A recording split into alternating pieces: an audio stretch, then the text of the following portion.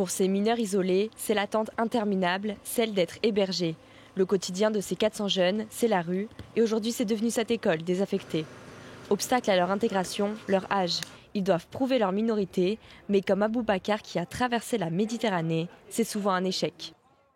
On est parti dans les centres, après on nous a refusé, ils ont dit qu'on n'est pas mineur, puisqu'on n'avait pas des papiers sur nous qui démontrent véritablement que nous sommes mineurs.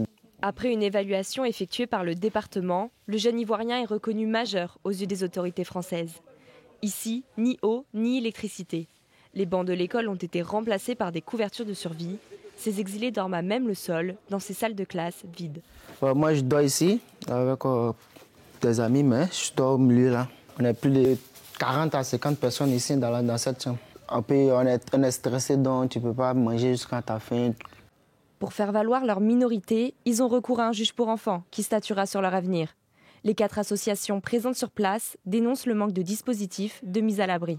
Ces jeunes, quand ils sont laissés à la rue, évidemment, ils sont en proie à tous les réseaux, à tous les dangers.